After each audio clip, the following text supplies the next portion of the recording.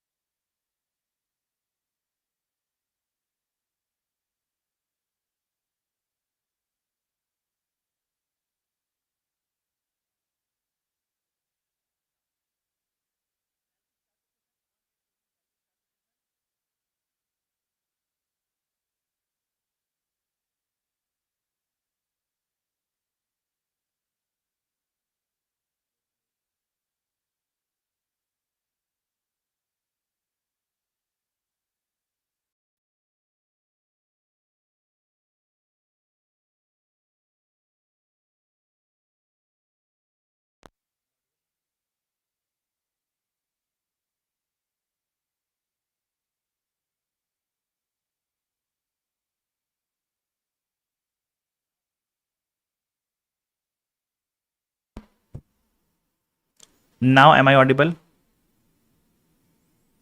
I believe I should be audible now.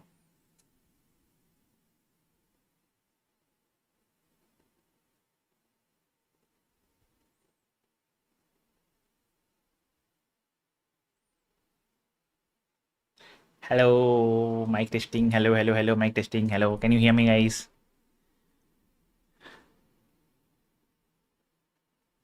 So now, tell me, guys, audio video clear? Audio video clear, everyone? Okay, chalo. So let us start the session now. But before we start the session, I request all of you guys, come on, hit the like button right now. Hit the like button right now. If you are watching this session and not liking it, it is a crime. It is a crime. Hit the like button right now. All of you, come on, guys. Okay, chalo. So let us start the session right now.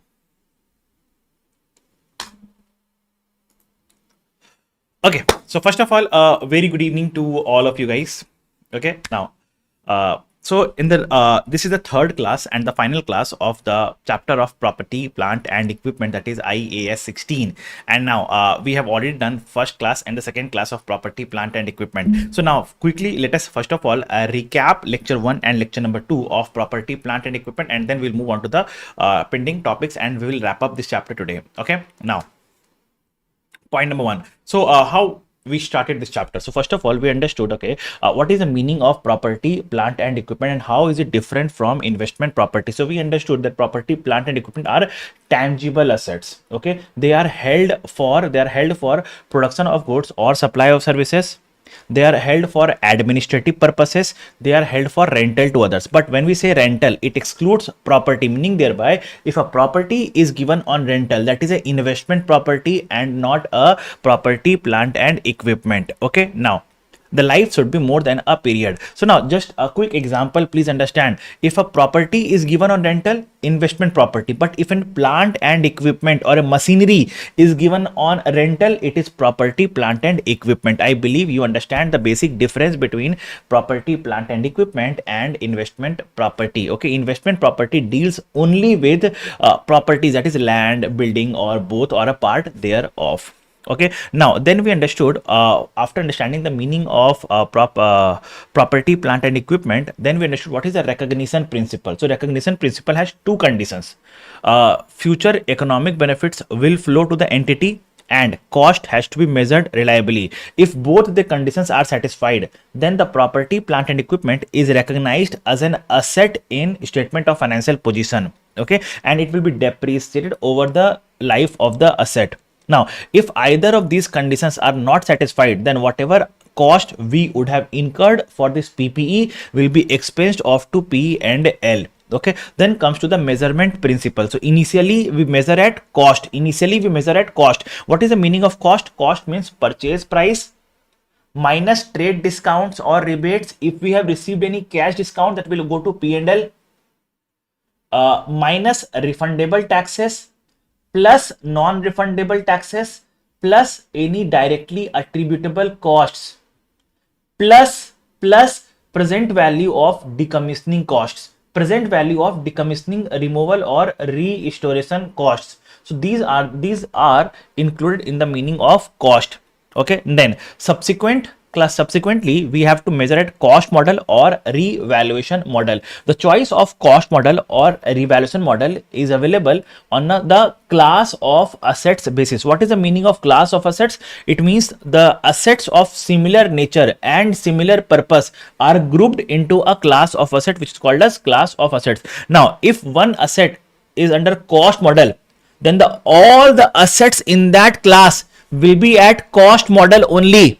It can't be the case that in one particular group one asset is under cost model, another is at revaluation model. No, that can't be the case. One class of asset, one model, either at cost model or at revaluation model, but different class of assets can follow different model. Okay, for example, I was showing you guys the example of an annual report of Reliance yesterday. Let me take it there again.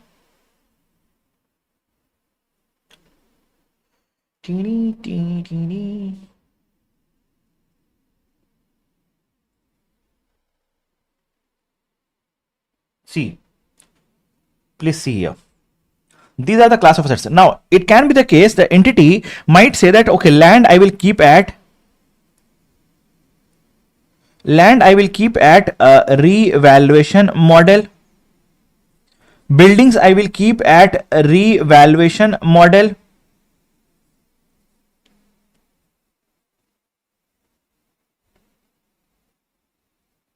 Plant and machinery I will keep at cost model. Electrical installations I will keep at cost model, right? So it can be the case, but understand, if in the land there are multiple lands, let's suppose there are land 1, land 2, land 3, can this be the case that land 1 is under revaluation model, land 2 is under revaluation model, but land 3 is under cost model? Can that be the case? No, that can't be the case. That can't be the case. Is that clear, everyone? Come on guys, please tell me. Is that clear, everyone? Come on guys, please tell me. Okay, so one model, one class of assets will have one accounting model. One class of assets will have one accounting model. Okay, please understand that.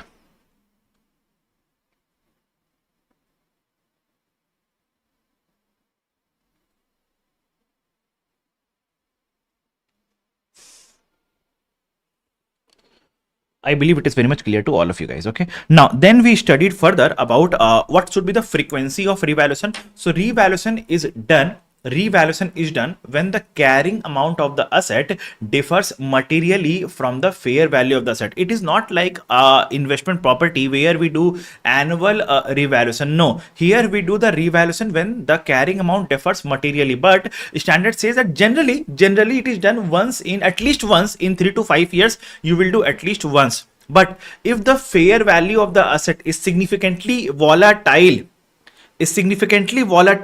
then an annual revaluation can also be done for that. Okay, now what is the treatment of revaluation gain or a loss? So revaluation gain or loss is ideally recognized in other comprehensive income. It is ideally recognized in other comprehensive income.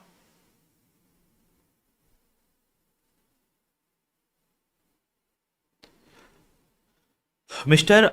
Abdul, so I told in the last class also, industrial building and commercial building, they are separate class of assets. Why? Industrial building and commercial building, which industrial building and office building, the nature is different. The nature is same building, but the purpose is different. One is for industrial purpose and one is for office purpose. The purpose is different.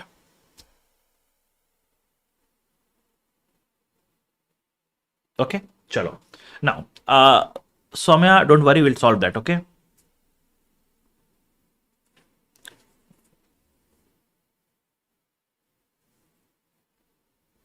Okay, now. So this is also clear, I believe. Okay.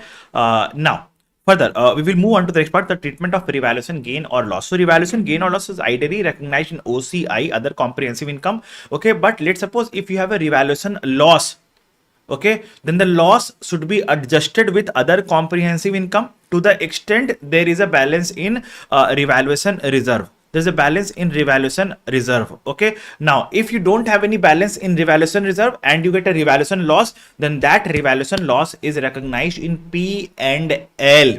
Okay, if please mark my words, if you don't have a balance in revaluation reserve, then the revaluation loss will be recognized in P and L, and I've discussed the example also in the last class.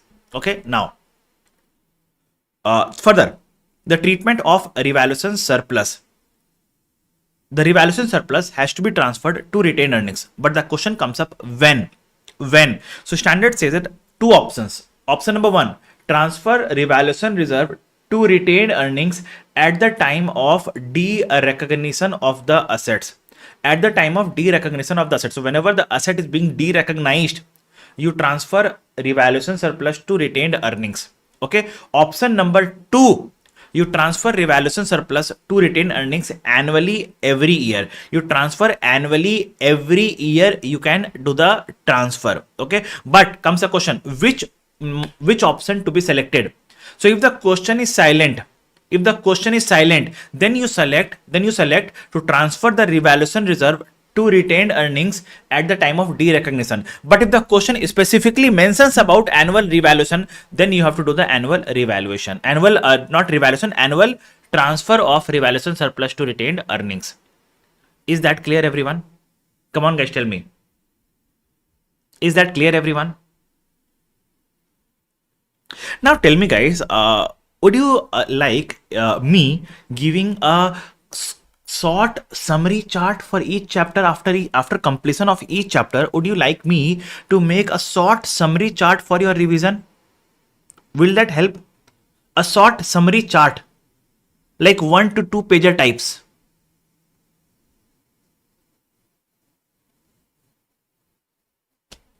Will that help?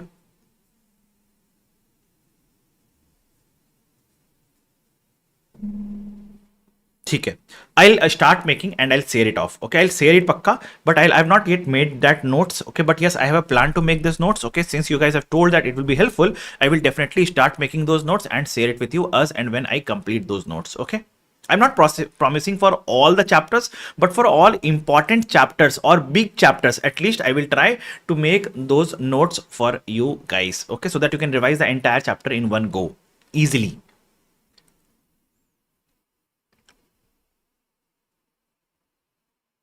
Now, so this is what we studied in till previous class. So now today we have to study a few topics and we will wrap up this chapter of property, plant and equipment. Now comes the question. The first topic that we have to study is depreciation. Tell me, what is the meaning of depreciation, guys? Come on. What is the meaning of depreciation? So depreciation is the systematic allocation of depreciable amount over the useful life of the asset. Now, let me explain. What do you mean by systematic allocation? So let me explain that. Okay, let's suppose I have purchased this laptop at a price of $10,000. Okay, guys, important topic. An important topic. A question has come in the exam from this. A question has come in the exam from this. Okay, and it was for 6 marks. So please listen to me very carefully now. Okay, now please understand. What is the meaning of systematic allocation? So let's suppose I have purchased an asset at a price of $1,000. Okay, and I believe that the life of the asset is 5 years. Tell me. Let me explain here. Add page. Just think logically and tell me the answers. Okay. I purchased an asset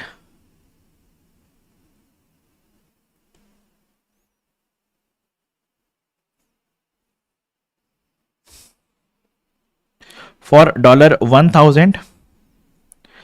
Life is 5 years. Okay, now so 5 years, 1 2 3 4 5. Tell me, can I do like this? Depreciate 220 here, depreciate 170 here, depreciate no depreciation in this year, depreciate 40 in this year, and whatever is left, that is 1000 minus 220 minus 170 minus 40 is 570. Depreciate 570 here. Can I do it like this? Can I depreciate this asset like this? No, sir. You will say, sir, how did you arrive at these figures? No, I don't have any. I don't have any basis. Just I thought a random figure. Just a random figure. Can I do it? No. No. So depreciation is not just the expensing of this 1000. No. No. So basically, point is standard is saying that you depreciate the asset over the life on a systematic basis, on a proper systematic basis. Now, what is this systematic basis? Systematic means implies the methods of depreciation, either at straight line method or at written down value method or production of units method or machine hour rate method. Okay, so there should be a proper method. There should be a proper method. So it talks about methods of depreciation.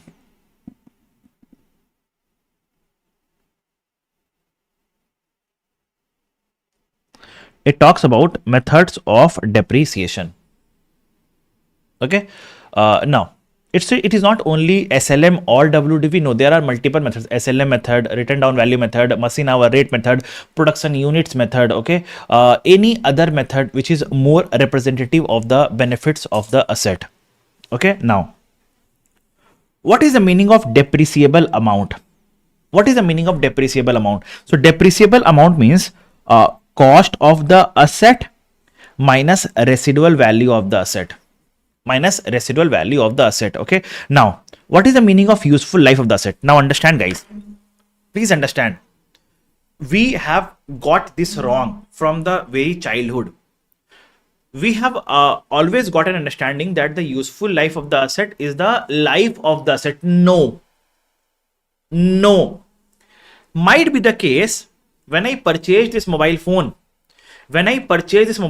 Okay, I asked the shopkeeper, Bhaiya, what will be the life of this mobile phone? So he told me, if you use it properly, you will definitely be able to use it for at least 6 years. You will be able to use it at least for 6 years. But now, I thought, oh, who uses a mobile phone for 6 years? Who uses a mobile phone for 6 years? I will use it for 2 years. I will then sell it and then I'll purchase my new phone. I will then sell it and then purchase my new phone. Tell me, what is my useful life? 6 years or 2 years?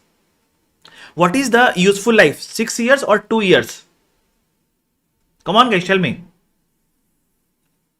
So useful life will be 2 years. So useful life of the asset is the period over which the entity expects to use the asset. Period over which an asset is expected to be available for use by the entity.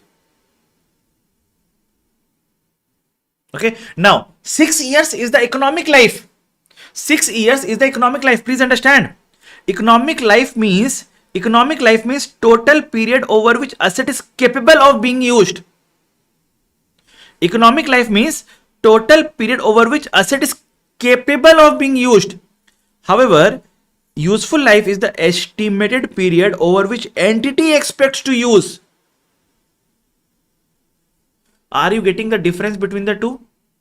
Are you getting the difference between the two? Okay, and that's why this residual value becomes important. Why? Because please understand, let's suppose I purchased a mobile phone. For, let's suppose, $1,000. I purchased a mobile phone for $1,000. Okay, now the economic life is 6 years, but I think that, okay, if I sell at the end of 6 years, let's suppose economic life is 6 okay, economic life is 6 years. So if I sell at the end of 6 years, the residual value will be nil.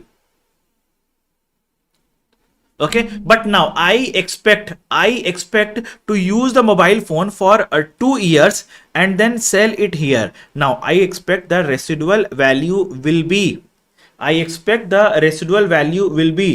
around 667. I expect the residual value will be 667. So what will be the depreciation? So depreciation will be equals to 1000 minus 667 divided by 2 years. For an entity who expects to use the asset for 3 years, so then residual value will be different. For that entity, residual value will be different. I believe you are understanding the meaning of residual value also. Residual value is not always scrap value. No. No. Residual value is the value at which we can dispose of the asset at the end of the useful life of the asset. Are you getting the meaning? Are you getting the meaning? See, since you guys are at SBR level, I am talking from that level. If you guys were at FR level, might be I will not go and explain these points. I will just say depreciation is cost minus residual value divided by life, and I'll move ahead. But since you guys are at SBR level, these understanding is required. What is the difference between the useful life and the economic life? This difference is required. This relation of useful life with the residual value is required to understand. I believe you guys will respect this thing. These are small things, but when you reach the exam and if you don't know these things, it will create a challenge for you guys. Okay, so I believe you should understand these points, and I believe you are very much clear on these. If you have any queries, do let me know first of all, and then I'll proceed further.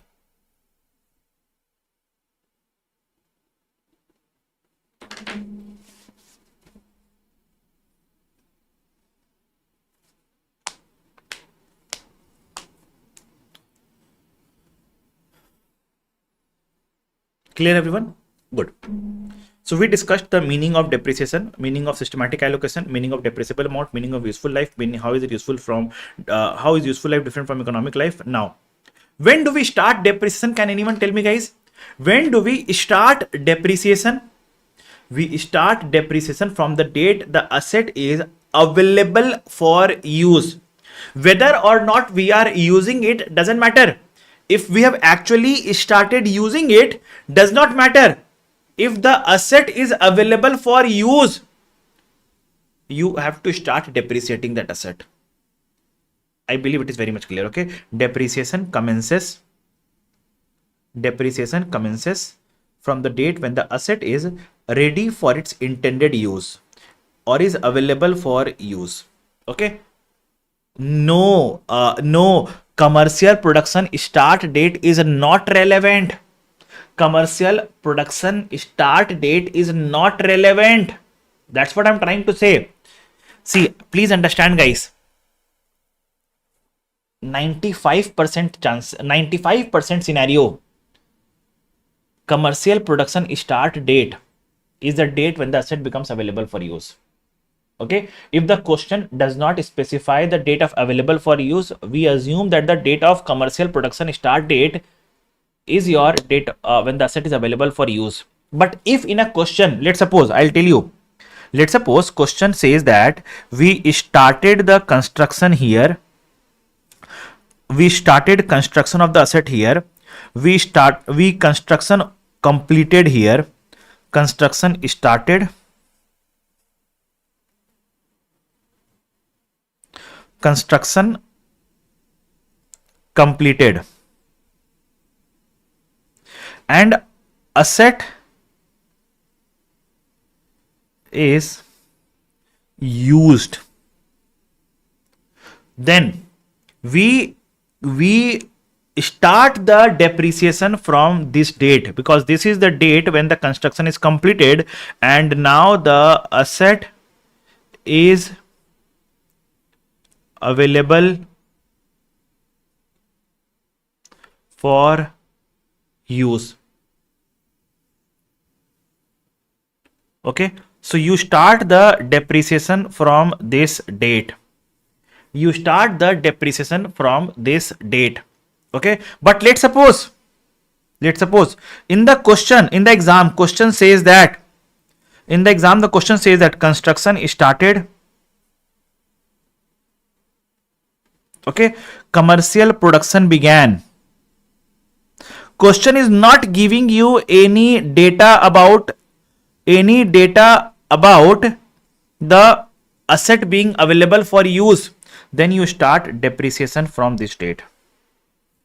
Okay, and this is the principle that applies in IAS 38 also, if you're asking me from that point of view. Okay, whether it is a property, plant, equipment, whether it is an investment property, whether it is an intangible asset, same rule applies. If it is available for use, we have to depreciate or amortize it. If it is available for use, we do not see when it actually starts to be used. Okay, when the entity actually started to use the asset does not matter. What matters is what is the date when the entity when the asset is available for use. Okay, so date that we see is available for use, not actual start date. Okay, now when will we cease that depreciation? When we have de-recognized the asset. When we have de-recognized the asset, on that date we stop the depreciation of the asset. Okay, now please understand, while computing depreciation you make multiple estimates.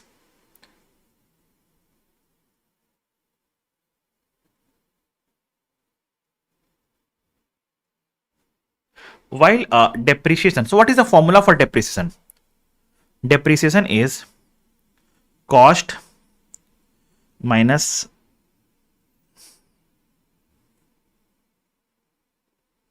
residual value divided by useful life. Now in while calculating this depreciation, you make multiple estimates, like for example, which method of depreciation to be used is an estimate. Method of depreciation is an estimate. Then useful life is an estimate. Then residual value is also an estimate. Residual value is also an estimate. Okay, now standard says that all these are estimates. And what is the basic nature of estimates? That the estimates can change. So standard says that review these estimates at each reporting date. Review these estimates at each reporting date. Now if you find there is any change in estimates, if there is any change in estimates,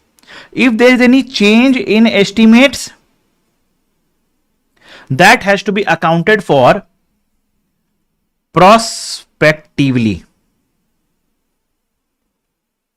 That has to be accounted for prospectively. Now what is the meaning of this? Please understand. Let me take up an example to explain. Let's suppose you have an asset which you purchased for $1,000.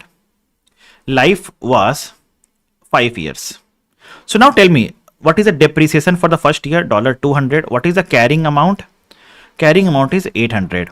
Okay, so again for the second year you depreciated for 200. Carrying amount is 600. Now what is the remaining life? Remaining life is 3 years, because 5 years for the total life. 2 years passed by, remaining life is 3 years. So we again estimated the useful life. Okay, so we got to know the life is not 3 years. The remaining life, the revised life is 4 years. So in that case, we will do the prospective accounting. Means whatever has happened in the past has already happened. You cannot change that. You can't change whatever has happened in the past. Let it be as it is. That's how life also works, right? That's how life also works. You can't go and change the past. In the life also, you take a prospective effect. In property, plant, equipment also, you take a prospective effect. That's how things work. That's how things work. Fortunately, in accounts, in financial reporting, in strategic business reporting paper, somehow we have options for retrospective effect also for some transactions. Not this transaction. For some transactions, we do have an option for a retrospective effect. But oops, we do not have that option in life. Think of it like this. You you studied for a paper, you appeared the exam. You studied for a paper, you appeared the exam. You might be you didn't study properly for that paper.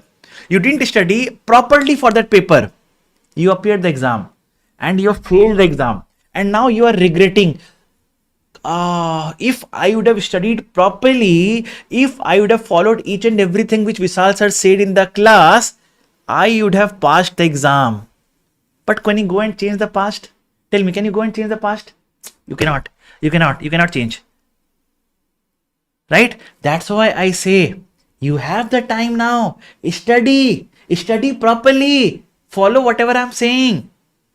Okay? Because even in accounts, though in accounts, you have the option to go and change the past, retrospective effect. But in life, you do not have such option. Right?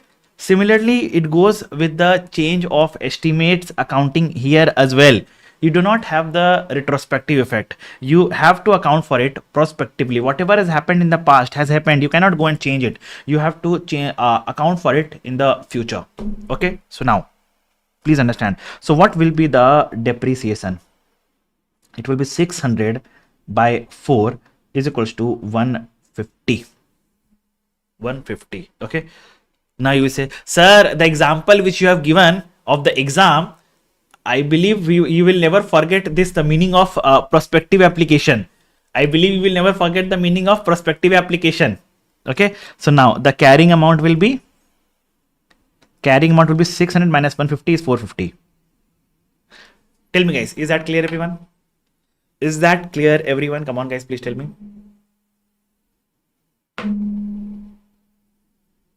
Is prospective application clear to everyone?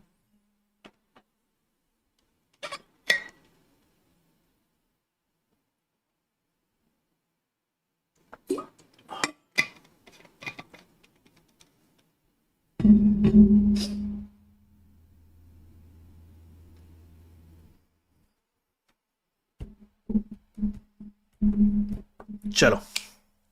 Done. Now one point.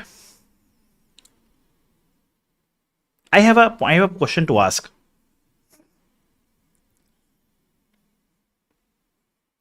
One student asked me in the previous batch question. Sir, he asked me, and I'm telling you the exact query which he told me, okay? So basically this point that I've written here is from that query itself. Okay? He asked me, sir, let's suppose I purchased an asset for $1,000. I purchased the asset for $1,000. Life is 5 years. At the year end 1, my carrying amount is 800. My fair value is 900. Sir, fair value is higher. Why do we need to depreciate the asset? Why do we need to depreciate the asset? So the point is, asset has to be depreciated on a systematic allocation method basis. Okay, you do not see whether the fair value is higher or not. If the fair value is higher, fine, go and revalue the asset. But you can't say that since fair value is higher, I will not revalue I will not depreciate the asset. I can't say. So depreciation will be charged. Okay.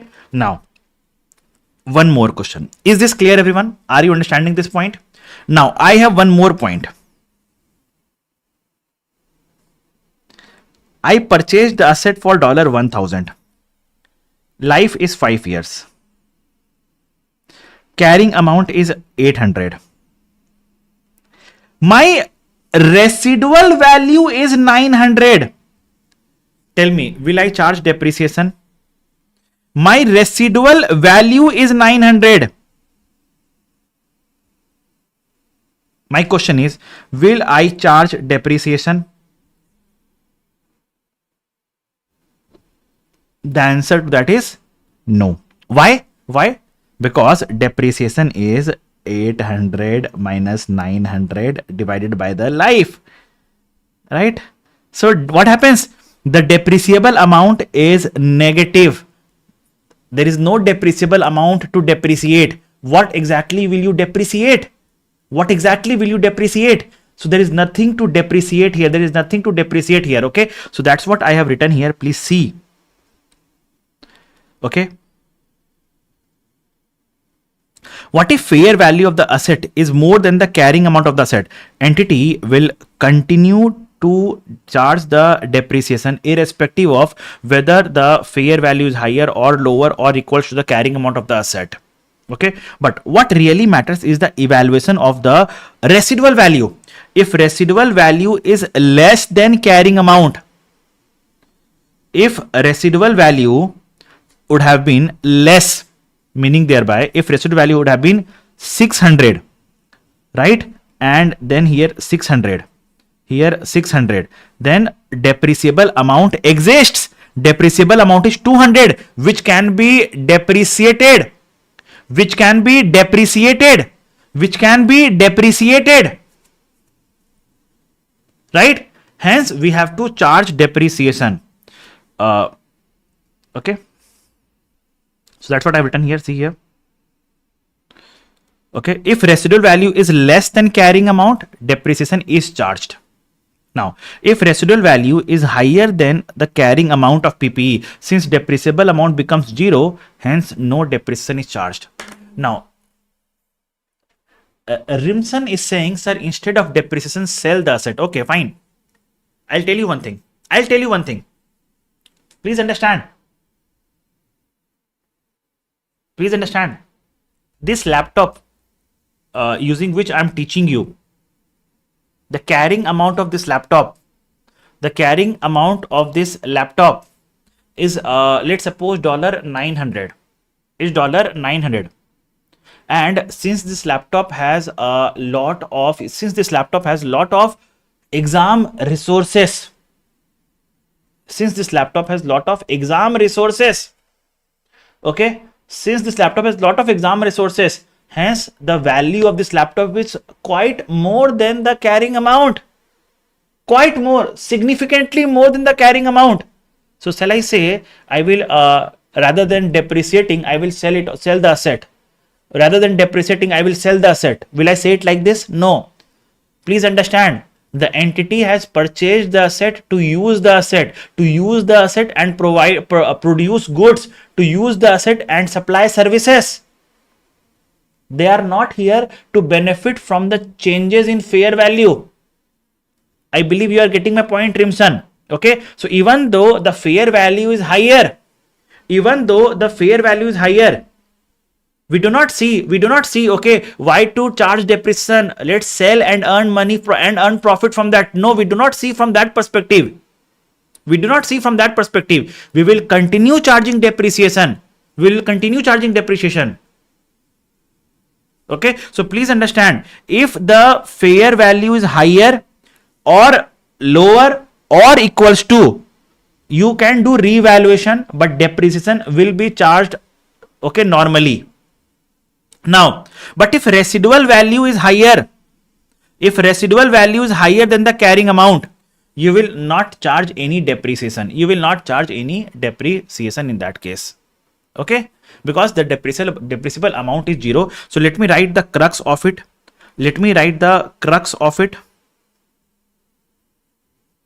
If fair value is higher than carrying amount, depreciation will be charged. But if residual value is higher than carrying amount, depreciable amount is nil or negative, therefore no depreciation.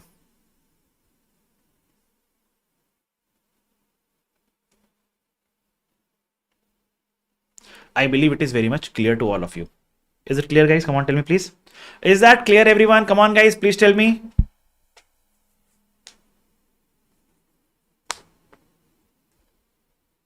Wonderful. Now, one more point. Come on, guys, tell me. Will you depreciate land? No.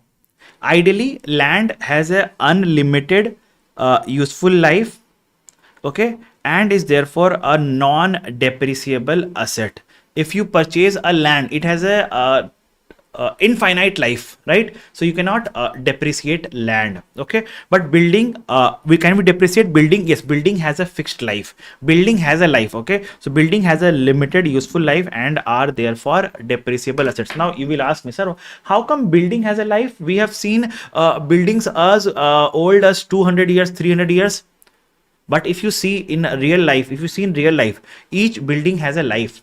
Each building has a life, and that's why you will see after that specific period, the building goes under renovation. The building goes under, you can say, a major renovation, right? They go under redevelopments also. They do go under a redevelopment. Okay, if you will read the contract, of any housing societies, okay, or commercial properties, commercial parks, in the contract it is written that this property will go under a redevelopment after a specified period of time, might be 40 years, 30 years. After that 30 years, this building will go under a redevelopment. Building will go under a redevelopment. Okay. Now, then component accounting. What is the meaning of component accounting? What is the meaning of component accounting?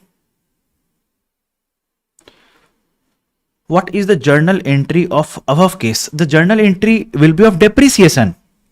So the journal entry of depreciation, let me discuss that also. Very good. I appreciate Himanshu. Let me discuss journal entry. In practical life, the journal entry of depreciation is, first of all, when you purchase the asset, you record asset account debit to bank. Let's suppose you purchased for $1,000 or 10,000. Chalo. Now, when you charge depreciation, you record depreciation account debit to accumulated depreciation. Let's suppose $2,000. Okay. Now, when you are preparing SOFP, you will record net asset.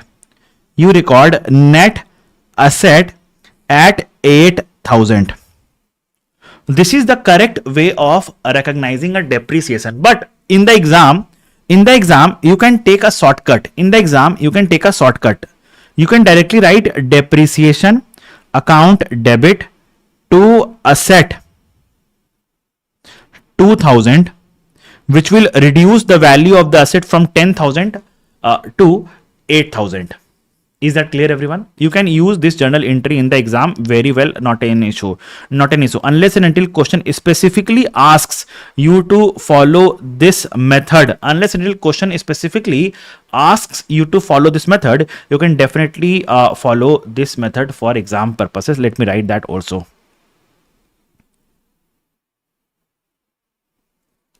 Okay. Guys, let me tell you, I have already made a planner. Wherein I will be conducting your mock tests. Okay. So after completion of few topics, we will conduct a mock test. Let me just discuss that with you guys also. I was making that planner today itself. I will share in your group also. Either today or tomorrow, I'll share in a group also.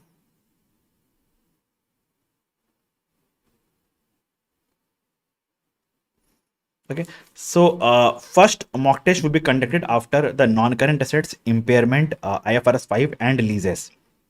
Okay, then second mock test will be conducted after financial instruments, employee benefits, share-based payments. Third mock test will be conducted after revenue, grants, provisions, events, inventories, agriculture, income taxes and foreign exchange. Fourth mock test will be conducted after group accounting, and then these are the four topic wise mock tests which will be conducting with you guys, so that you understand the topic properly. Okay, and then we will be conducting a full-fledged mock test towards the very end. Okay, now in these mock tests, so basically we will follow a 4+1 principle. Of these mock tests will follow 4+1 principle, 4 topic wise mock test and 1 full-fledged mock test. And I will request each one of you to take these mock tests very seriously, very seriously. Otherwise, after the results, you will not have an option for retrospective application. I told you now, you will not have an option for retrospective application. Even if you think, oh, I would have appeared for the test taken by the sir, you will not have that option. Okay, so I strongly request all of you to take these mock tests very, very, very, very, very, very seriously. Okay, so in these mock tests, the structure will be these 4 topic wise mock tests. I will be sending the question paper to you guys. Okay, you will have to solve it on your own. Okay, definitely you will solve it on your own. Then we will conduct a Zoom live session wherein I will discuss the questions entirely in depth. Okay, and I will give you the marking scheme also. You can accordingly mark your papers yourself. You can accordingly mark your paper yourself. Okay, now this is how, and we will give you the recording of those evaluation sessions also, so that if a student is not able to give the test at that point of time, he can give the test later on also. Okay, now then towards the very end, after the completion of the entire syllabus, might be 10 days before the exams, okay, we will conduct a full-fledged mock test of the pre-mock for your exam. Okay, a pre-mock for your exam, wherein we will wherein basically what we'll do is we will give you the question paper. Okay, which will be there in the practice platform itself. You have to solve it and send to me in the form of PDF. So firstly, I will come and discuss that question paper with you guys. Firstly, I'll come and discuss that question paper with you guys, and then you have to send the PDF to me, and I will evaluate the PDF and send a feedback to you guys. Okay, I will try to make the feedback as detailed as possible for your benefit. I believe this is how we will conduct mock tests. One student was asking me about mock test, so I thought better give you the knowledge about the mock test in depth. I believe that is very much clear to all of you. Come on guys, tell me, and tell me, will you take the mock test seriously? Will you take the mock test seriously?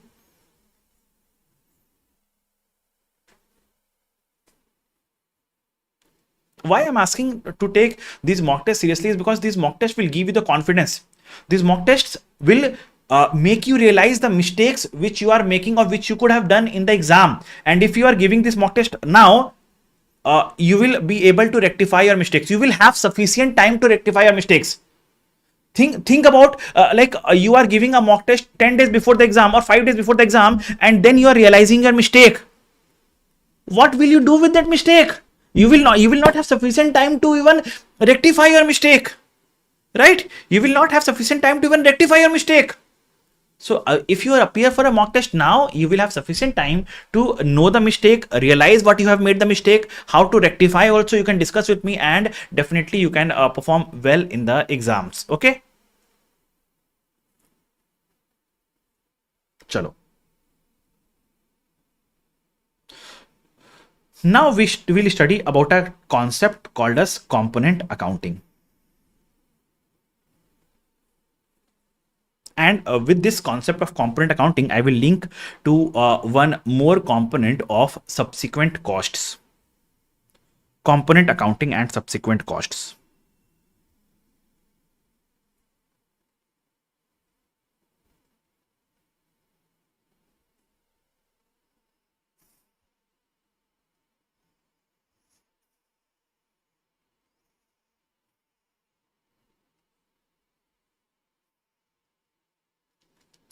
Understand? First of all, we'll discuss these two topics separately, and then I will merge these two topics and discuss a new concept.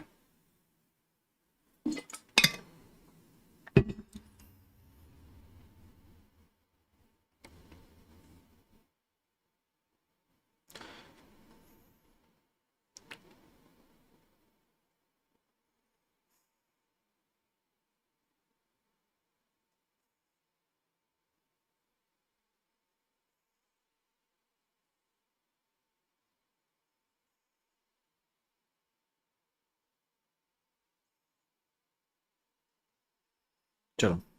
What is the meaning of component accounting? So let us understand this.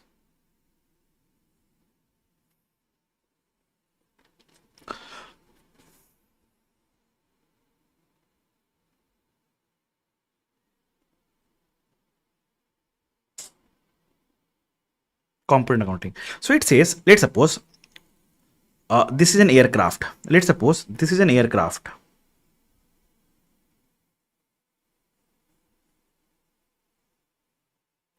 As I said, I am very bad at drawing. Okay, I might draw a fish and call it as an aircraft. So please excuse me for that. Okay.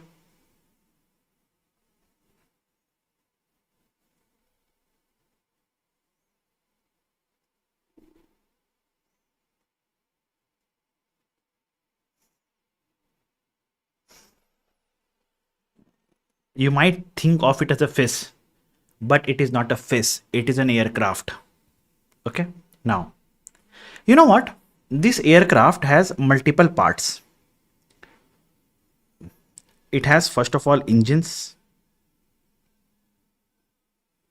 It has fittings.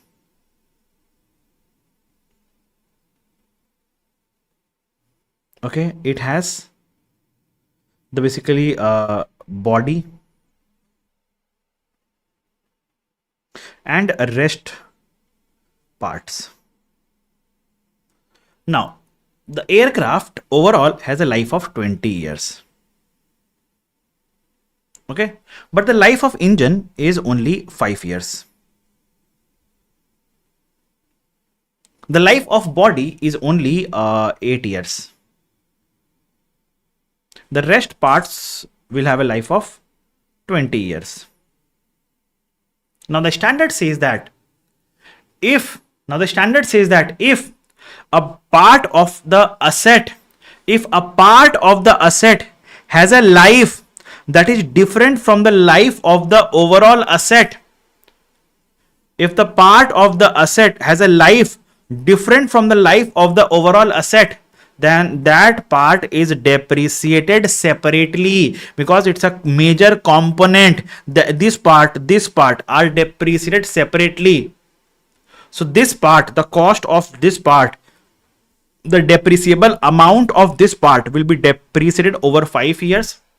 The depreciable amount for this part will be depreciated over 8 years, and the depreciable amount for the rest of the parts will be depreciated over 20 years. It is not logical when the life is 5 years to depreciate the engine also over 20 years. No, that is not logical. Is that clear, everyone? Come on guys, please tell me. You understood the meaning of component accounting? You understood the meaning of component accounting?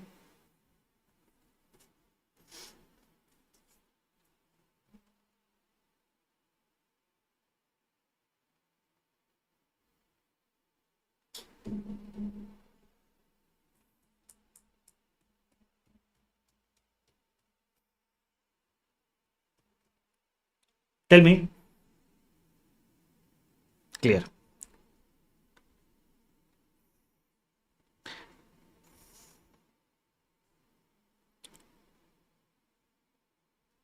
Now, subsequent costs. Okay, just a minute. Before that, you read this part.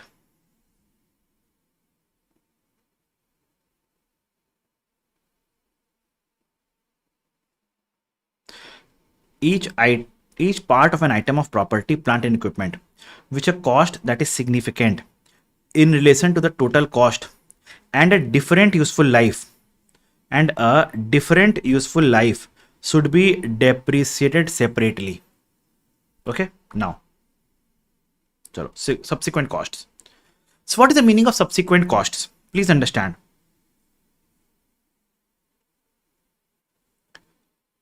You purchased the asset here. The life is 5 years. 1, 2, 3, 4, 5. The life is 5 years. Okay, you purchased the asset here. Okay, now whatever amount you paid to purchase is capitalized to the cost of the asset, right? And I have clearly said, after this date, if you incur any other cost, they will be expensed off to P&L, right? So now I am talking about, what if you incur any costs in this period? costs incurred in this period.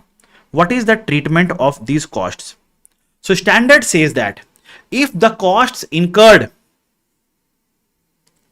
increases future economic benefits, then it is capitalized.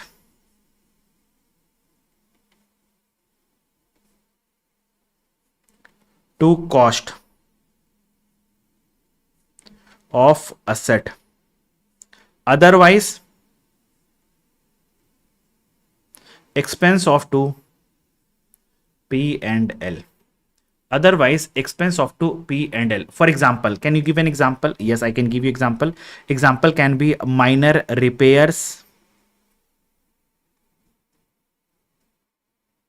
Example can be minor repairs. Example can be day to day servicing. Example can be a repaint. Right now, what is the example of increases future economic benefits?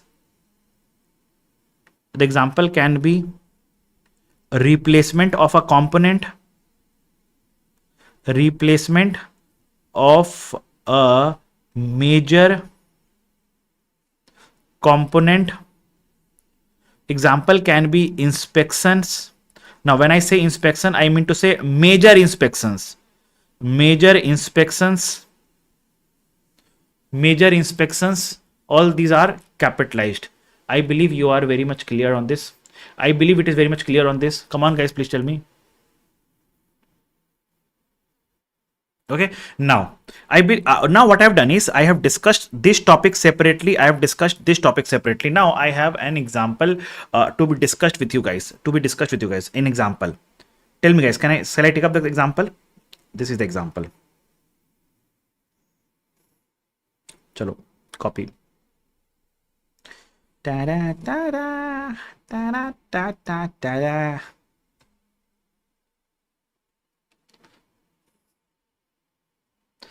Chalo, I'm giving you 5 minutes. Can you solve this example for me?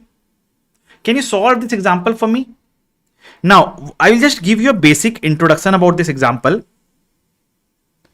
So it says VJ Limited acquired a machinery at a cost of $100 lakhs. Okay, now this was divided into two parts. It has two components basically. Turbine had a cost of $30 lakhs, and rest of the machine had a cost of 70 lakhs or million or lakhs. Okay, now the life of the machine is 10 years and the life of the turbine is 4 years. Now it says at the end of year 3, the turbine has to be replaced.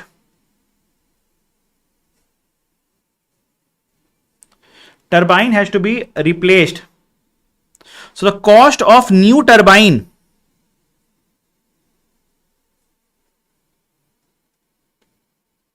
is 45 lakhs. Okay, now you have to find what is the carrying amount after replacement. What is the carrying amount after replacement is what you have to find out. Come on, guys, tell me. Will you solve this question for me? Tell me, guys, come on. Will you solve this question for me? Now.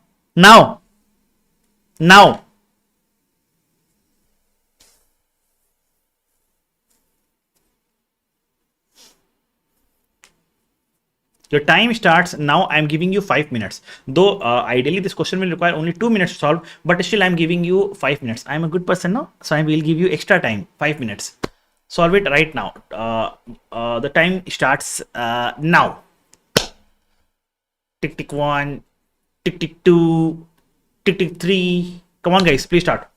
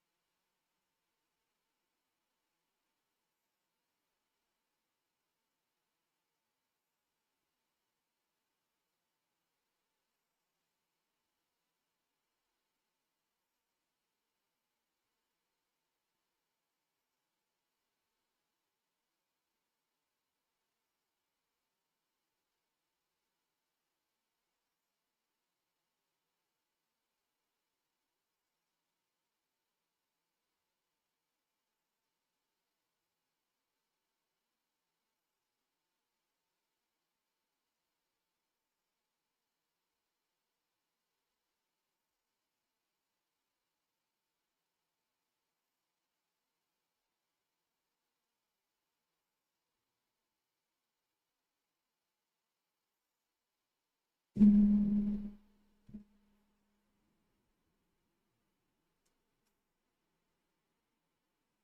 hers. How come it will be 45? I'm not talking about the entire asset. Entire asset.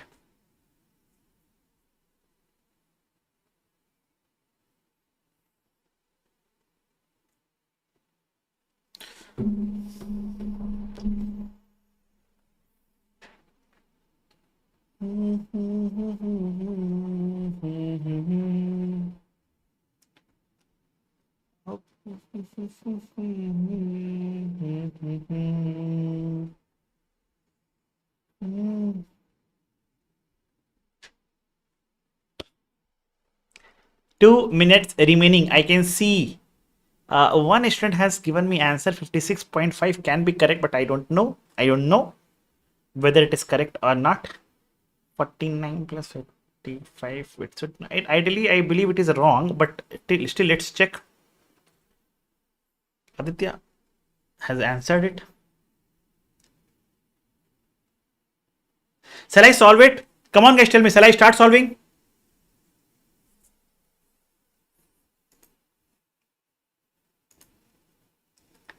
Come on, guys, tell me. Shall I start solving it?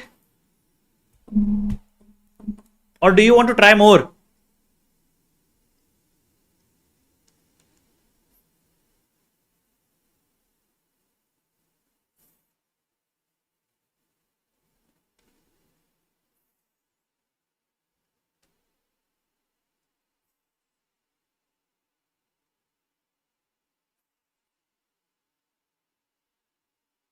Okay, this has answered it. Tirth Karya has also answered it. Very good, very good. I think you guys are correct. I believe in my opinion. But okay, chalo, let us discuss and solve it right now.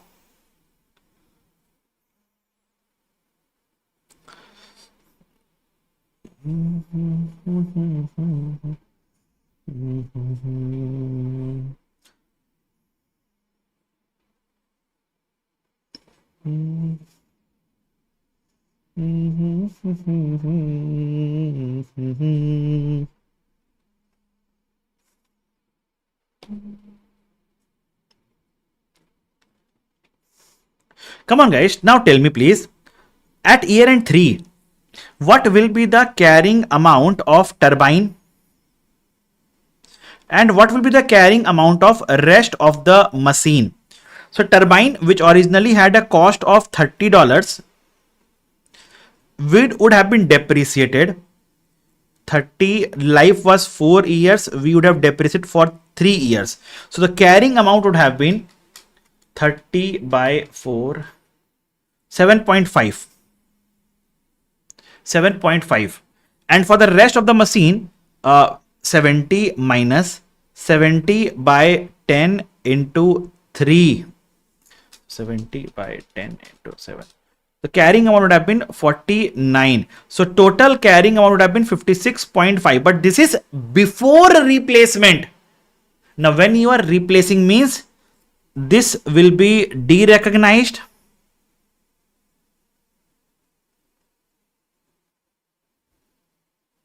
Right? Now, and plus you will recognize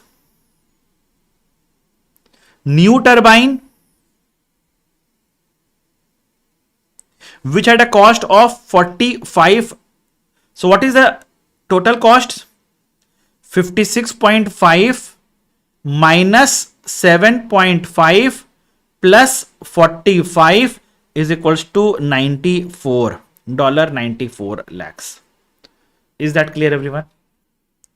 Is that clear, everyone? Come on, guys, please tell me.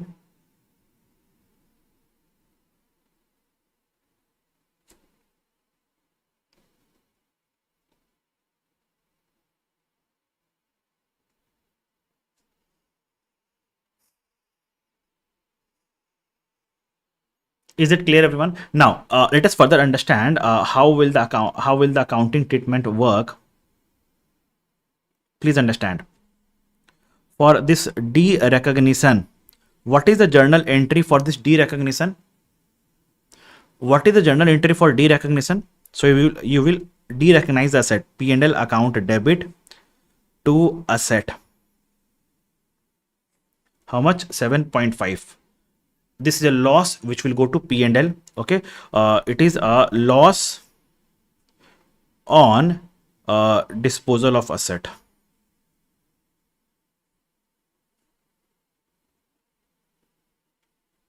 Okay, now what is journal entry to purchase a new machine? The entry will be asset account debit to bank. How much? 45. The entry will be, the narration will be new component purchased. New component purchased. Now, what Tarun is asking, what about the discount rate? Discount rate will have no use. It was just given to deviate from your path. Okay, it was just given to confuse you. Discount rate has of no use, is of no use in this question. Discount rate is of no use in this question. Tell me guys, is that clear everyone? Is that clear everyone?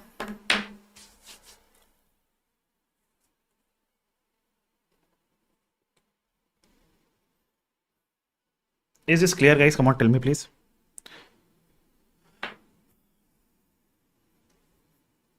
How it is a loss? Okay, Rimson is how it is a loss.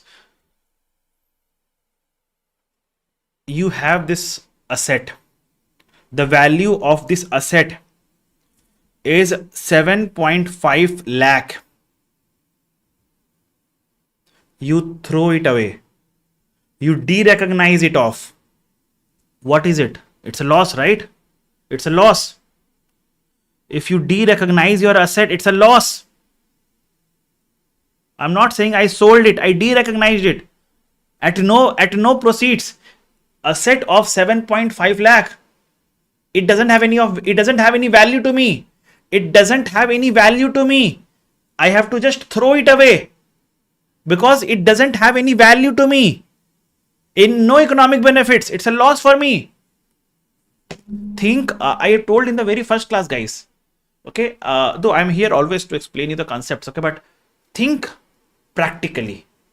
Think practically. Apply that scenario to yourself. You will get the answer. Okay, clear, Rimshan? Good. So is this concept clear, everyone? Is this concept clear, guys? These type of examples you will not find anywhere in the materials. Okay, but so what I have done is what I have done is I have reviewed all the past papers, practice papers, pre-mock papers for multiple attempts. Okay, and then whatever concepts that were tested. Okay, I have tried to develop examples around that concepts. Okay, so that's why I told my classes will be a little bit in depth, a little bit lengthy, but you will thank me when you are giving the exams that this length of SBR is very much required. If I want, I can complete the entire SBR syllabus in 70 hours also. Trust me, if you want me, I can complete the entire SBR syllabus in just 70 hours. Right? It will save my time also, but I will never do that. I think SBR requires time and I will give that sufficient time to SBR. Okay, because it's not only about clearing the exams, it is about the conceptual clarity. It is about you guys becoming actually a professional level student, actually a ACCA professional. I am making you ready for the real world. So that will need some time. Okay, so even though my lectures are a little bit lengthy, but it will be worth it when you are actually giving the exams. Clear, everyone? Can I move on to the next concept? Can I move on to the next concept? See, so far, please see here.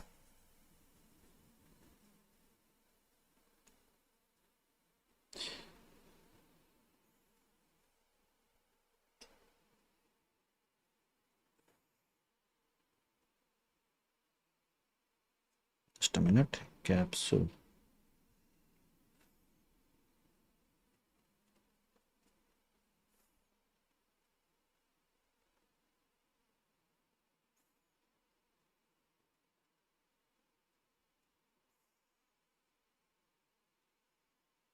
Copy.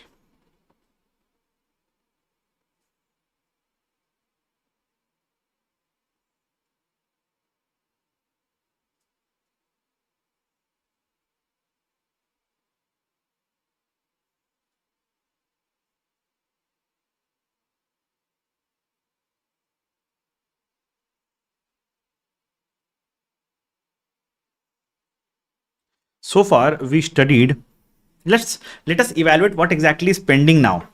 We studied about meaning of pp, we studied about recognition principle, we studied about initial measurement meaning of cost, inclusions or exclusions of cost, we studied about provision for decommissioning costs, we studied about cost model, revaluation model choice, we studied about frequency of revaluation, revaluation gain loss, revaluation surplus, revaluation approaches, we studied about depreciation meaning estimates, changes of estimates, land building, component accounting.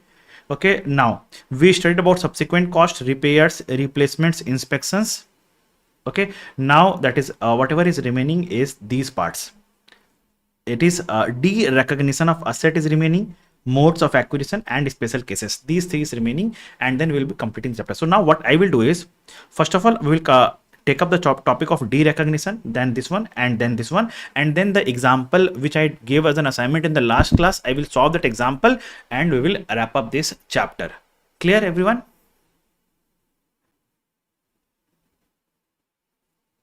Chalo. De-recognition. Tell me guys, when do you de-recognize the asset? Just now we discussed this point. Just now we discussed this point. Tell me, when do we de-recognize the asset? Come on guys, tell me. When do we de-recognize? When we do not have any economic benefits from that asset, we de-recognize the asset, right? Just like this part. From this asset, we do not have any economic benefits, hence we de-recognize it off. Okay, now, so that's what it says. When do you de-recognize? The property, plant and equipment should be de-recognized when you actually dispose it off. Dispose means you sell it off. You dispose it off, or when there are no economic benefits expected from the use of the asset.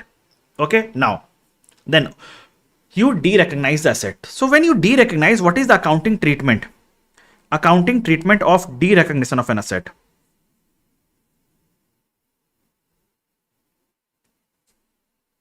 Accounting treatment on de-recognition.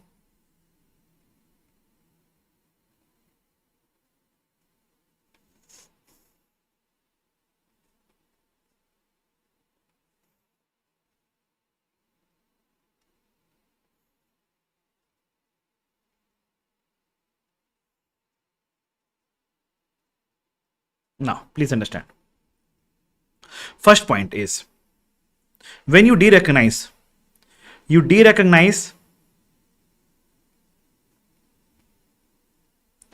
property, plant, equipment at its carrying amount.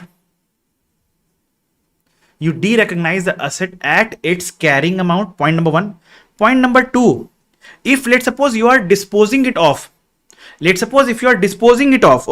so the entry is, please understand, if you are just de-recognizing it off, okay, the entry is P&L account debit to asset. But let's suppose if you are disposing it off and if you receive sale proceeds,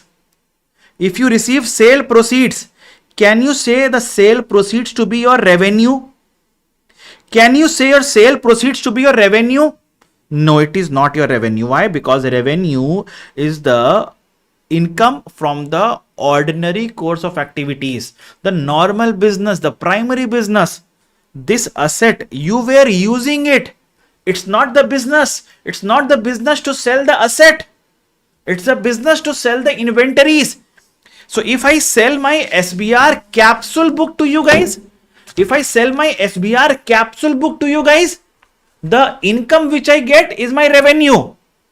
But if I sell this mic, will the income which I will get, is that my revenue? No, that is not my revenue. That is not my revenue. I hope you are getting that point. Come on guys, tell me, I hope you're getting my point. Okay, now, so in that case, what will happen is, since it is not my revenue, so standard says that you will recognize the net profit in the P&L. The net profit in the P&L. How? Bank account debit, sale proceeds, okay, to asset at its carrying amount, and the difference goes to P and L. The difference goes to P and L. It is called as gain or loss on sale of asset. It is called as gain or loss on sale of asset. Is that clear, everyone? Is that clear, everyone? And this is a part of P and L operating activity.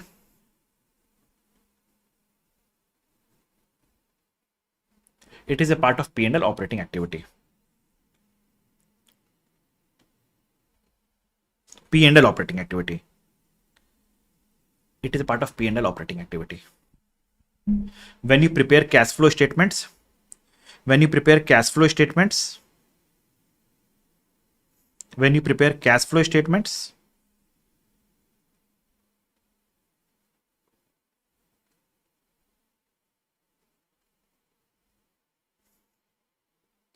the entire sale proceeds is investing activity. Now the logic for the difference of this operating activity, investing activity, I will not discuss now. I will discuss either in IFRS 18 or IAS 7. Not now. It's not the topic of my discussion as of now. Just I wrote it because it will create confusion at that point of time. So I have written it as of now. Discussions will happen that point of time. Okay. I always believe when you are studying a topic, you should study that topic. Okay, might be the case that we have to go back to some different standards for the linkage, but I will just give the linkage. But when the right time comes up, I will give you the logic. Okay, I promise something that I will give you logic for each and everything, but I will give only at the right time, not ad hoc basis. Okay, because if I start giving you the logic on ad hoc basis, it will just make the class a confusion. Okay.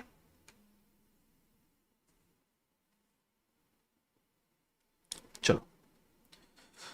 So with this, we complete the derecognition of an asset also. Now on derecognition, one more point that has to be taken care of. On derecognition, whenever you derecognize asset, okay, if there is any revaluation reserve for that asset, it has to be transferred to retained earnings.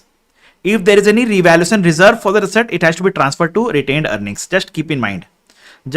Keep in mind this thing. Right? Chalo. Now moving on to the next concept, that is modes of acquisition. Guys, please understand. There can be multiple modes. Okay, before moving on to the modes of acquisition, is everything clear till here, everyone? Come on, guys, please tell me. Is it clear to all of you guys till here? Come on, guys, please tell me. Everything clear to you guys so far? Now, though, we are on the verge of completion. It will just take me another 20-30 minutes to complete this chapter, and then we'll solve the example and wrap up the today's lecture. Tell me, guys, come on. Are you understanding each and everything? Tell me, guys. Please tell me, guys.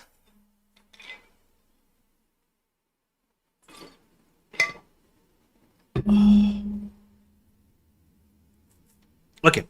Now, please understand. There can be different modes of different modes of acquiring an asset. Let's suppose I want a studio for my face-to-face classes. Now I have multiple options. Option number 1, I can purchase a already built studio. Okay, now first of all, tell me, the studio is a property, plant, equipment, or a investment property? Can you please tell me? Studio from where I will take my lectures, face-to-face lectures or recording classes also. Okay, this is also a studio from where I'm taking the classes. Okay, someday I will give you a tour of my studio also. Okay, I will show the equipments which I use. But keeping that aside, tell me, the studio is a property, plant and equipment, or an investment property? It is a property, plant, equipment. Why? Because it's a tangible, held for supply of service, and it is a life is more than 1 year. Hence, it is a property, plant and equipment for me. It is a property, plant and equipment for me. Okay. Now, point number 1. Point number 2. I have multiple options. I can purchase this studio, or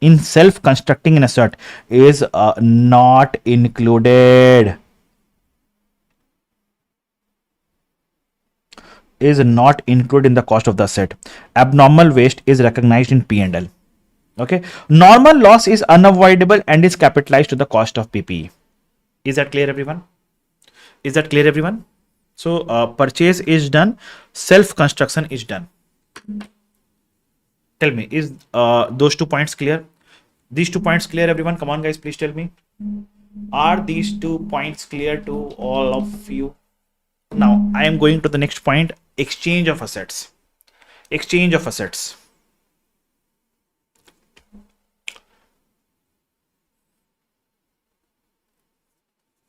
Please understand. Forget these notes.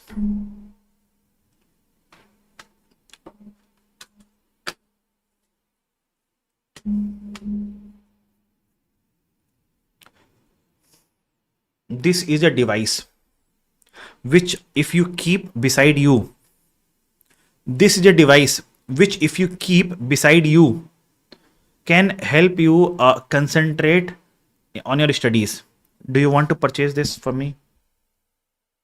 If you just keep this device beside you, it will remove all the distractions and you can focus on your studies. Do you want to purchase?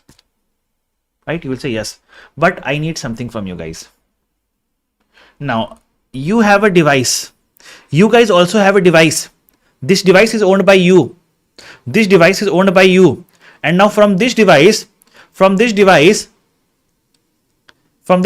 tell me what should be the functionality? What should be the functionality? Now this device can multifunction. If I am working on SBR books, this device can side by side make FR books also. Now this device is owned by you. Okay? Can we do a transaction? This device which I have increases focus. This device which you guys have increases multifunctionality. I need this, you need this. Can we exchange? Can we exchange? It is called as exchange of assets. Now comes the question, how will this exchange be treated? Standard says that, see, please understand, see, I purchased this. So now standard says that if you purchased this, what you recognize it at its cost. I have purchased this, right? I purchased this from you guys. I purchased this device from you guys. So now the standard is saying, the device which you purchase, you recognize initially at cost. What is the meaning of cost? Tell me, what is the meaning of cost? Cost means what I gave. Cost means what I gave. Tell me what I gave. What I gave. I gave this. I gave this. So the value of this, the fair value of this device is the cost.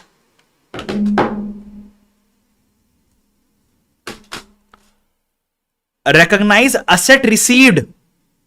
Recognize asset received at fair value of asset given up. At fair value of asset given up. Right? This is the cost. Standard is saying if the fair value of this is not available, then you recognize at fair value of this. Okay? So basically, I am taking up an example to explain this concept in more depth. Please understand. Pluto Limited owns a building. I will need a paper. Additional paper.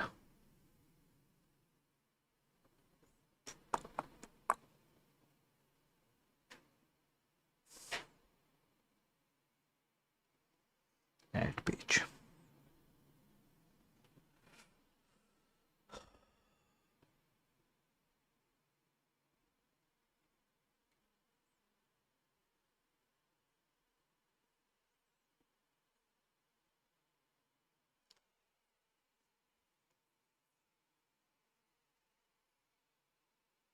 Please understand. This is Pluto.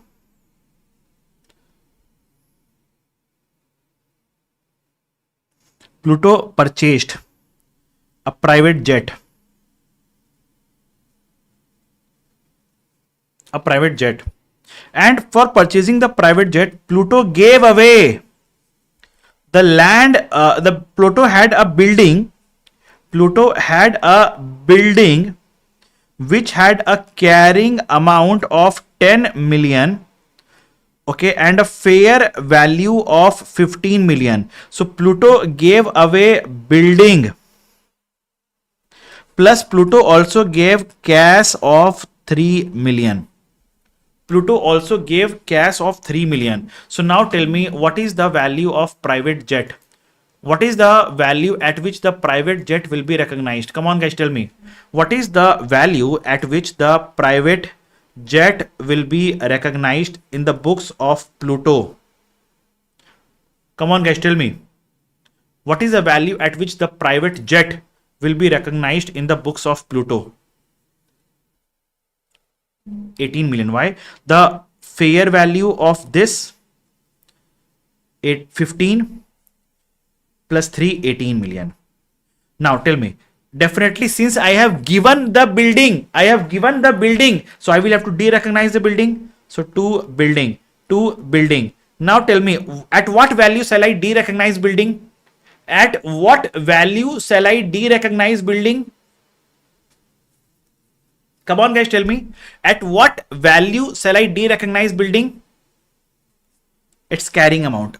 Understand, the de-recognition always happens at carrying amount. What amount of cash I have given? 3 million. So the profit is P&L 5 million. The profit is 5 million. So this is what is a journal entry. Is that clear, everyone? Is that clear, everyone?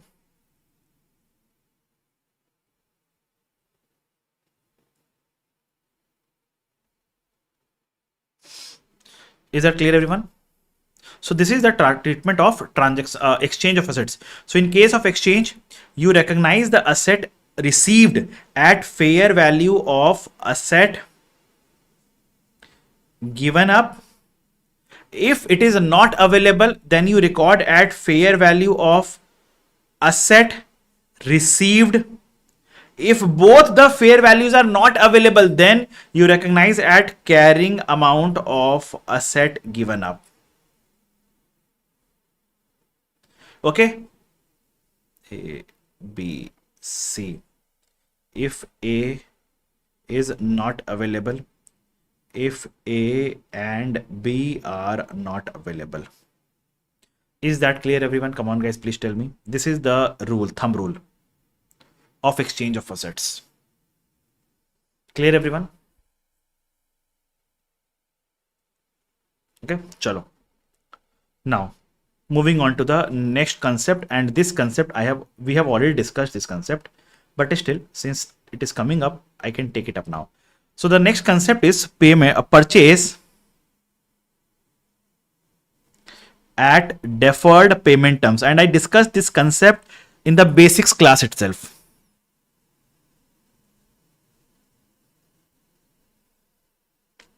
Purchase at deferred payment terms. Now what is the meaning of purchase deferred payment terms? Please understand. I purchased an asset here. I purchased an asset here and I paid 333,000 this much. Now I paid this much now, and I will pay this much at the end of first year, and I will pay this much at the end of second year. Tell me, okay, discount rate is 5.36%. Interest rate in the market is 5.36%. Can you please tell me at what value shall I recognize the asset? At what value shall I recognize the asset? Present value of this plus this, right? So the value of the asset will be 333,000 plus present value of this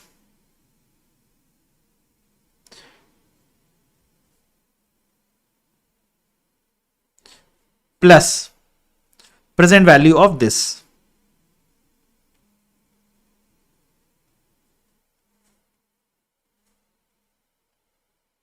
Can you please solve it? Can you please solve it?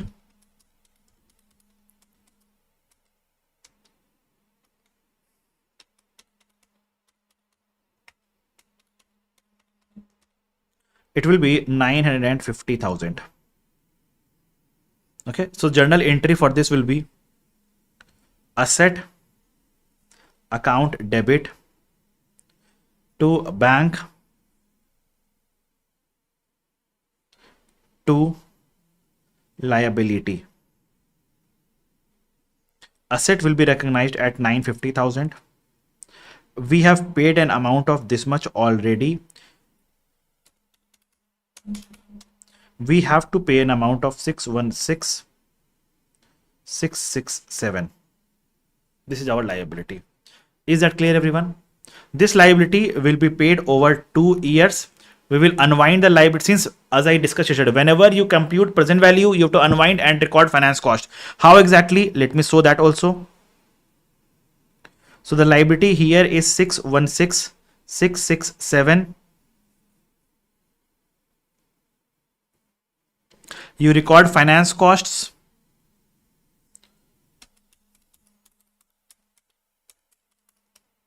That comes to 33053, and your liability here becomes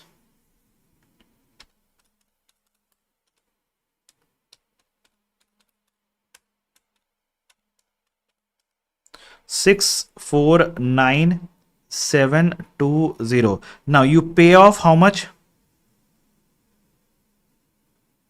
This much you pay. So what is the remaining amount? 316,387. Now what is the finance cost for this year? Into 0.36.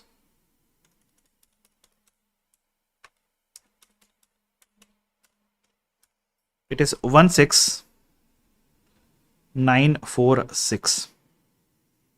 So what is the liability? 333,333. So what is the payment? 333,333. So what is the liability? Nil. This finance cost both will go to P and L under financing category. Is that clear, everyone? Is that clear, everyone? So with this we complete this part, exchange part done, purchase and deferred payment terms done. Let us come to the index. We have completed derecognition. Yes, we have done. We have completed the modes of acquisition. Done. Now come on guys, tell me. We are left with few special cases which will take me 5 to 6 minutes and we are done with it. Chalo. But before I move on to the special cases, come on guys, first of all, any queries, anyone? Any queries, anyone? Any queries, anyone?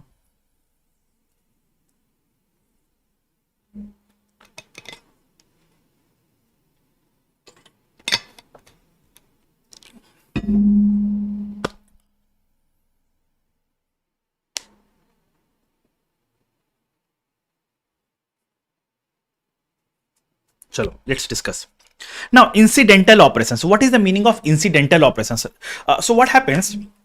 Basically, let's suppose I have an intention to complete the studio, to construct a studio, but while the studio is under construction, it is taking time to get constructed. Okay, so what I did is I gave that area to someone on rental for warehousing.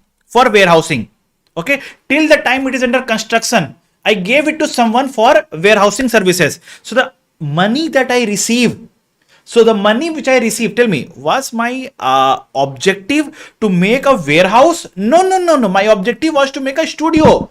But till the time studio is under construction, I gave it to someone on rental for warehousing services.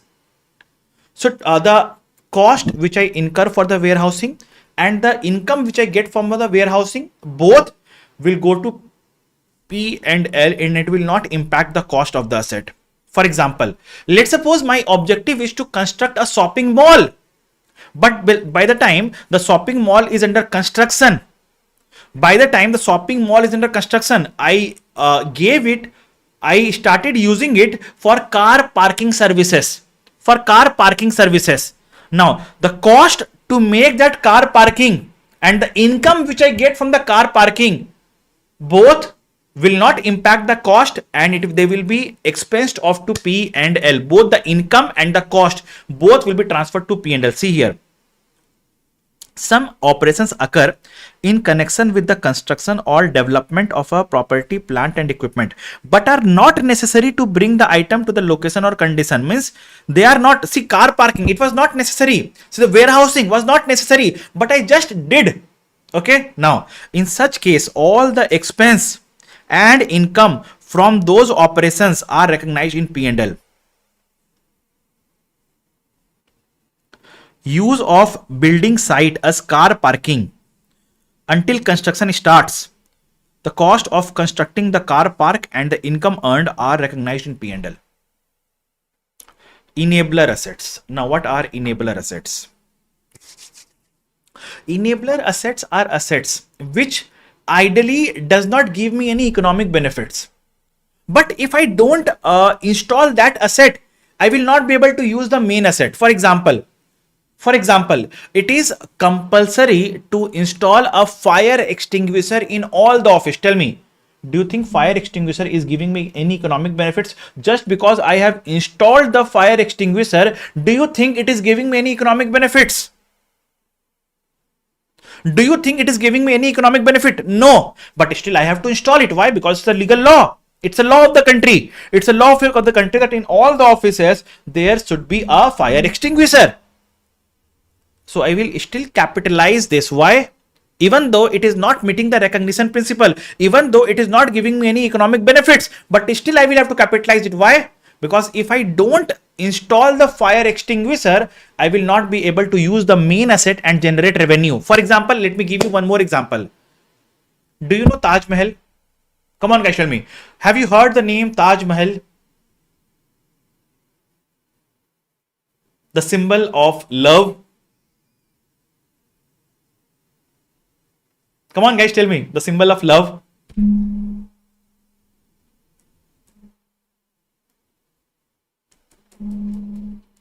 Okay. Now it is the law. It is a law that within a radius of 8 kilometers of Taj Mahal. Okay, ideally in the radius of 1 kilometer, no factories can be set. No factories can be set up. Even a car or any you can say vehicle which has petrol or all those diesels, they can't go in that 1 kilometer radius. But after 1 kilometer and till 8 kilometers, if there is any factory that gets set up in near Taj Mahal, they are mandatorily required to install a smoke filter in the chimneys of the factory. Tell me, do you think the smoke filter in the chimney, do you think they have any economic benefits? Do you think they have any economic benefits? No. But if they do not install a smoke filter, the government will not allow the factory to be operated. So the smoke filter has to be installed to allow the main factory to be operated. Hence, that smoke filter will be capitalized to the cost of the asset. Okay, that's the enabler assets. Okay, so they are safety or environmental equipments. Okay, now spare parts or standby equipments. I'll show the example of it.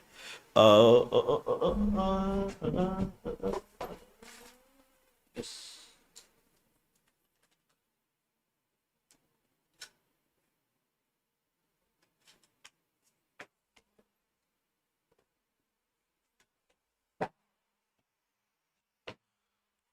Okay.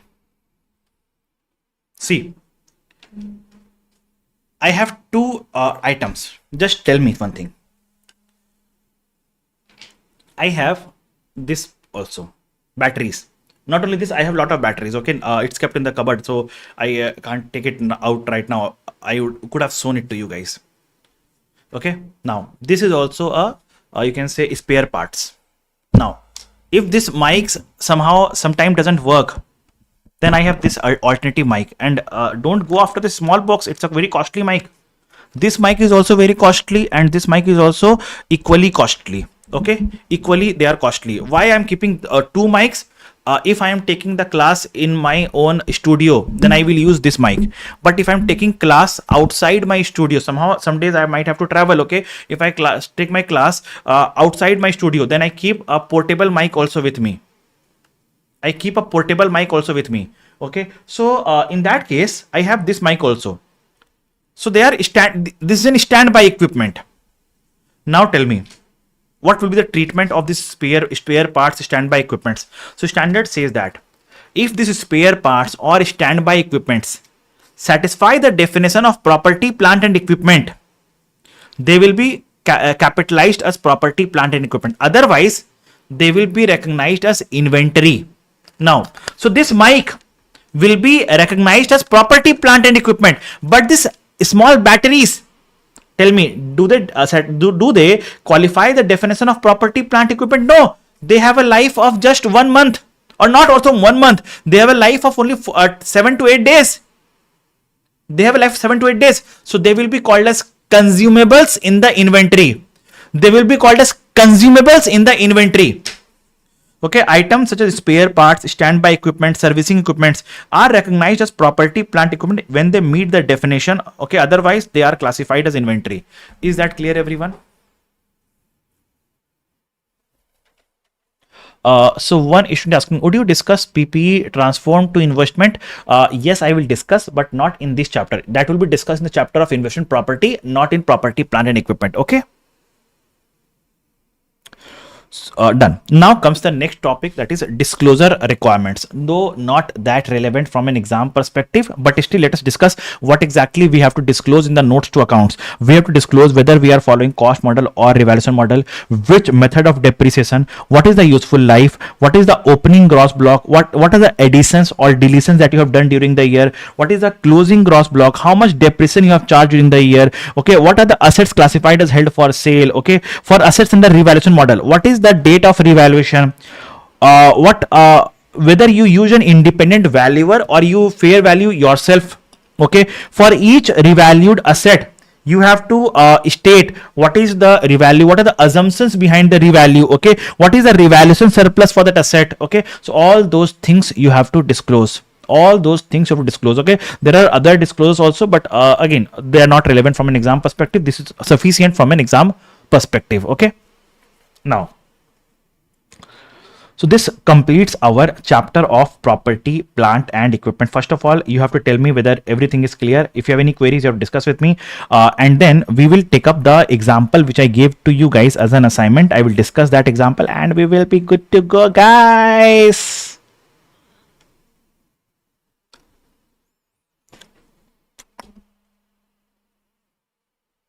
Is it clear, everyone?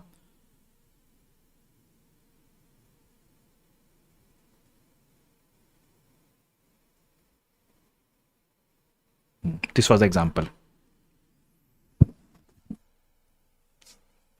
Can I move on to this example and solve it? Or if you have any queries, you can discuss that with me.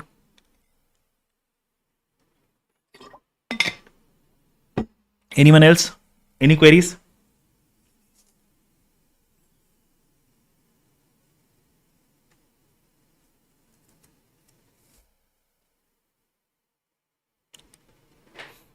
No? Wonderful. Chalo.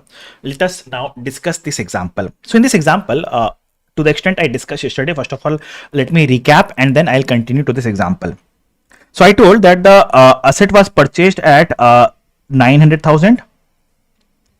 Life was 10 years. At year end 2, carrying amount is 720, fair value is 960, revaluation gain is 240. Which was recorded in other comprehensive income and accumulated in revaluation reserve. Okay, so on this stat, revaluation reserve will have a balance of 240,000. Okay, now there are two treatments of revaluation reserve. One is transfer revaluation reserve to retained earnings at the time of derecognition of the asset. Another is transfer annually by amount of excess depreciation. I believe this much is clear to everyone. Now let me discuss the treatments further.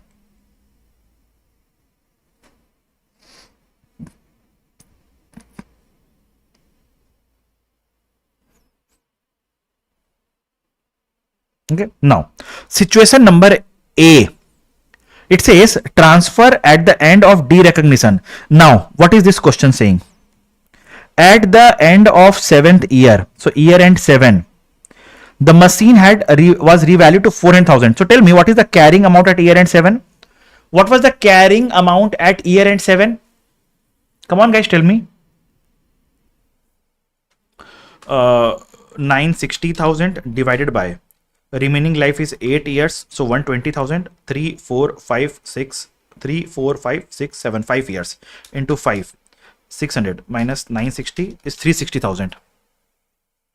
Carrying amount is 360,000.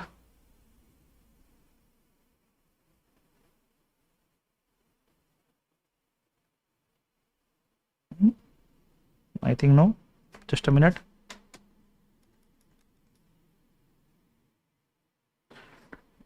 Yes. Just a minute, guys.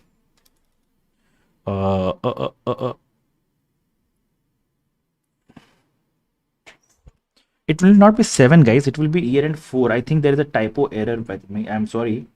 It will be year end 4.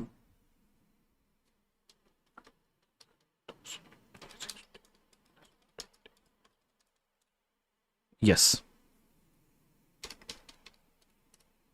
It will be year end 5 rather. It will be year end 5.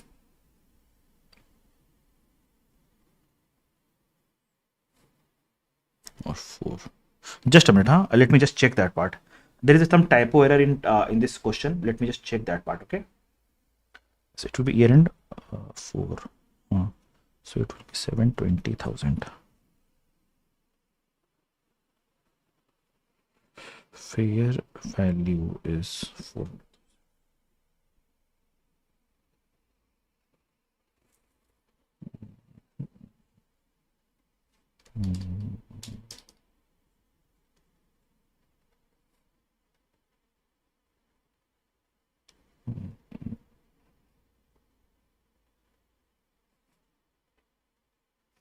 Just give me a minute. Let me just check the numbers. I understood where you guys struggled.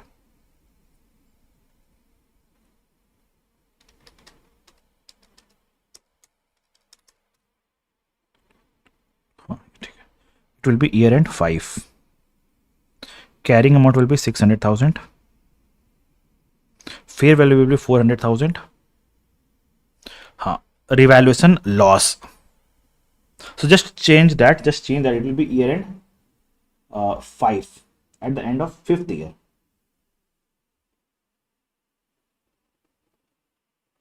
At the end of 5th year. Yes, it is wrong. Okay. The question is wrong, not the solution. Okay. And accordingly, okay. Now, see, and please understand. So it is a revaluation loss of 200,000. Now, what is the treatment of this revaluation loss? So now understand, revaluation loss is adjusted from OCI. Revaluation loss is recognized in other comprehensive income to the extent there is a balance in revaluation reserve. So what is the balance in revaluation reserve? Please understand. Transfer at the end of derecognition. So revaluation reserve balance will be 240,000 because the entity has a policy of transfer of revaluation reserve to retain earnings at this point of time. So on this date, what will be the balance in revaluation reserve? 240,000. So the whole amount of this loss will go to other comprehensive income. Okay, and the balance of revaluation reserve, will become 40,000. Is that clear? Is that clear? This is part A. This is part A. Tell me, guys, is that clear?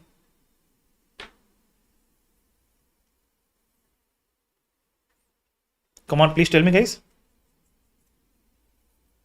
Okay, now coming to the next part, part B.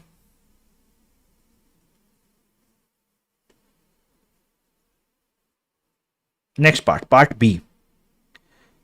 And the part B I'll discuss here itself. What is part B? What is part B? Part B is annual transfer. Part B is annual transfer. Annual transfer. Now please understand, in part B also one thing that is common is we got a revaluation loss of 200,000. But the question that is coming up here is the treatment. So for treatment, you need to first of all find what is the balance in revaluation reserve. So what was the balance originally? 240,000. But we would have transferred a part of the revaluation reserve to retained earnings already, right? How much? By the amount of excess depreciation. So what was the depreciation before revaluation? 90,000. What is the depreciation after revaluation? 120,000. That is 960 by 8. 960 by 8 years, 120,000. So what is the excess depreciation? 30,000. For how many years we would have transferred? 3, 4, 5. For 3 years we would have transferred. So what is the balance in revaluation reserve? 240 minus 90 is 150,000 is the balance in revaluation reserve. So now we got a revaluation loss of 200,000. So what is the treatment? The treatment will be, you will recognize it in other comprehensive income 150,000 and the remaining will go to P and L 50,000. Is that clear? Now, I'm so sorry for the typo error in my book. I will rectify it right away. But tell me, is that clear now? Is that clear now, everyone?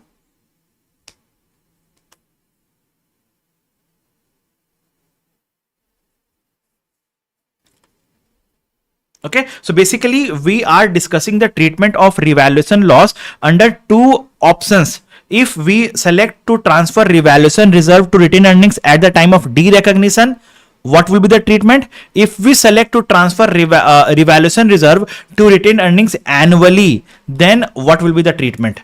I believe it is very much clear to all of you guys. Okay, so this completes our discussion of the chapter of property, plant and equipment. Okay, and this completes our chapter of property, plant, equipment, I believe. Okay,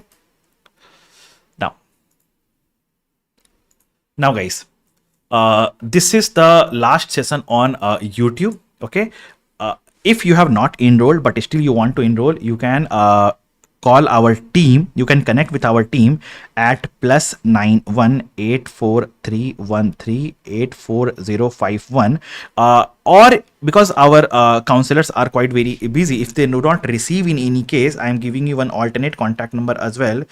Just a minute.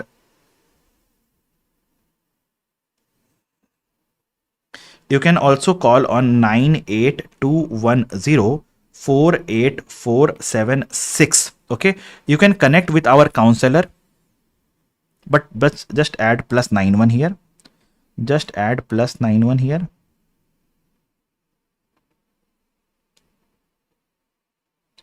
+91. Okay, 98210 You can connect with our counselor, or if you want to directly purchase, you can visit www.bbvirtualsglobal.com and you can purchase it from this website as well. Okay, and you can enroll in our lectures. Okay, the next sessions will be conducted in our application and not on YouTube. I hope I was able to properly deliver you the lectures. Okay, if you enjoyed the lectures, I request all of you to give a feedback in the comment box of this video. Okay, and yes, keep sharing and keep referring our lectures. Thank you guys, that's all for today. Thank you. Bye bye.